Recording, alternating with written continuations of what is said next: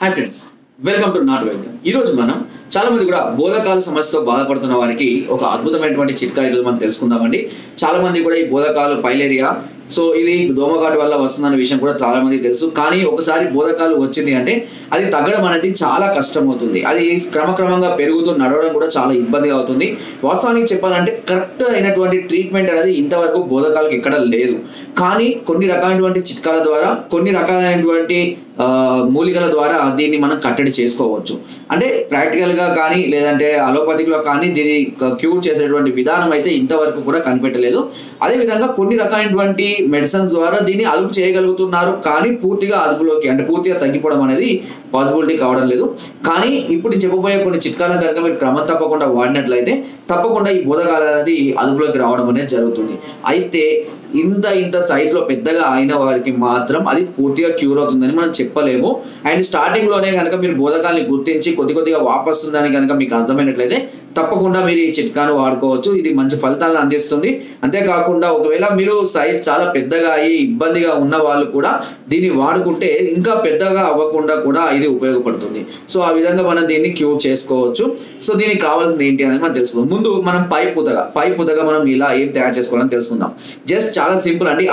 కొద్దిగా ఆవాలు తీసుకొని దానిని గోమూత్రంలో మెత్తగా దంచాలి. గోమూత్రం ఎంతైనా తీసుకోవచ్చు, సుమారుగా పౌడర్ అట్లా తీసుకోండి. గోమూత్రం నేరుగా దొరికితే ఇంకా మంచిది, లేదంటే షాపులలో కూడా ఇప్పుడు అమ్ముతున్నారు. గోమూత్రంలో కొద్దిగా ఆవాలు వేసి బాగా మెత్తగా దంచి దానిని బోధకాల పైన మంచిగా పూతలాగా మంచిగా రాయాల్సి ఉంటుంది. రాసి అలాగే రాత్రి పడుకొని ఉదయం స్నానం చేయడం ఇట్లా ప్రతిరోజు చేస్తున్నట్లయితే అక్కడ ఉన్నటువంటి ఇన్ఫెక్షన్ అనేది కొద్దిగా తగ్గవచ్చు. సో అదే విధంగా దీంతో పాటు ఇంకొక చిట్కా చెప్తాను. పసుపు. సో మనకు పసుపు అయితే అందరికీ అందుబాటులోనే ఉంటుంది. పసుపుతో పాటు బెల్లం అనేది నల్ల బెల్లం తీసుకోవాలి. అంటే ఈ సాల్ట్ అవి కాకుండా మామూలు మంచి బెల్లం ఉంటుంది కదా, ఆ బెల్లం తీసుకోండి.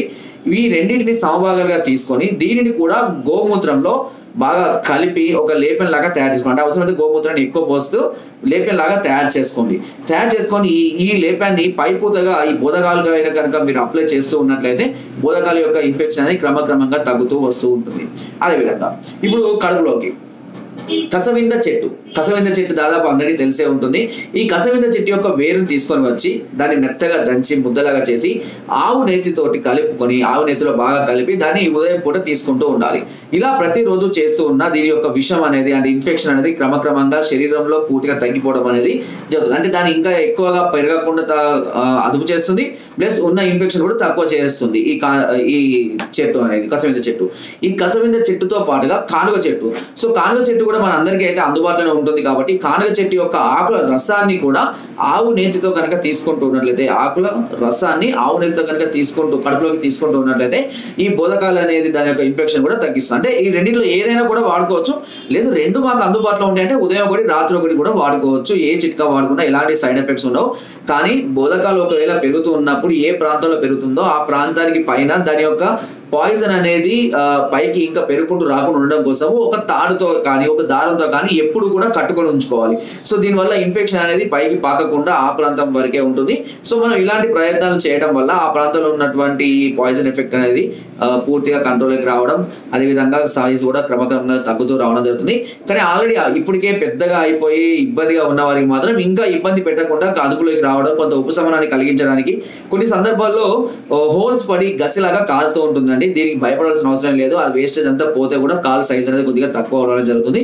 పెద్దగా భయపడాల్సిన అవసరం కూడా లేదు. ఓకే, సో ఇలా ఈ అద్భుతమైన చిట్కాలు వాడుకోండి. తప్పకుండా మీకు మంచి ఫలితాన్ని అయితే పొందడం జరుగుతుంది.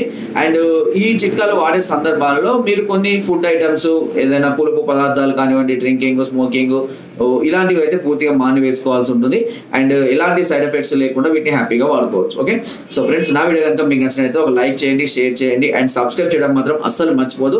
చాలా మంది చూస్తున్నారు బట్ సబ్స్క్రైబ్ చేయలేండి. దయచేసి అందరూ సబ్స్క్రైబ్ చేసుకోండి. మీకు ఎలాంటి సమస్యలు ఉన్నా, ఎలాంటి సమస్యలు మీరు ప్రాబ్లమ్స్ ఫేస్ చేస్తున్నా సరే నేరుగా మమ్మల్ని సంప్రదించవచ్చు. దీని కొరకు కింద స్క్రోల్ నెంబర్స్ కి ఫోన్ ద్వారా, వాట్సాప్ ద్వారా లేదా కింద డిస్క్రిప్షన్ మా యొక్క అడ్రస్ కూడా నేరుగా వచ్చి మమ్మల్ని సంప్రదించి మీ అన్ని రకాల సమస్యలకు సలహాలని, సూచనలు, మెడిసిన్స్ కూడా పొందవచ్చు. అండ్ మీరు రాలేని పరిస్థితులు ఉంటే కొరియర్ ద్వారా కూడా మెడిసిన్ తెప్పించుకునే అవకాశం నాట్ వైద్యం మీకు అందిస్తుంది. కింద డిస్క్రిప్షన్ మన గ్రూప్ లింక్ ఉంటుంది. లింక్ ద్వారా జాయిన్ అవ్వండి. మరిన్ని అద్భుతమైన చిట్కాలు అందులో ఎప్పటికప్పుడు పంపిస్తూనే ఉంటారు. Thank you.